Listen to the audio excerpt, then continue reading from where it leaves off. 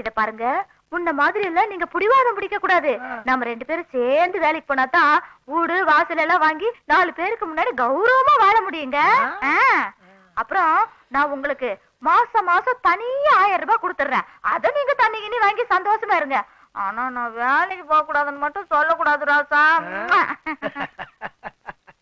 ஏண்டி, ஒரு மாசம் வேலைக்கு போன உனக்கே இவ்வளவு கிரிமினல்லாம், வருஷம் பூரா திருநாய் மாதிரி சுத்திக்கிட்டு இருக்க எனக்கு எவ்வளவு கிரிமினல். அடியே ரஞ்சிதா, நீ இப்படி எல்லாம் செய்வேன்னு தெரிஞ்சுதா உனக்குன்னு இந்த கத்திய வாங்கிட்டு வந்திருக்கிற. நீ மட்டும் காலையில வேலைக்கு போனேன்னு வச்சுக்க மவள.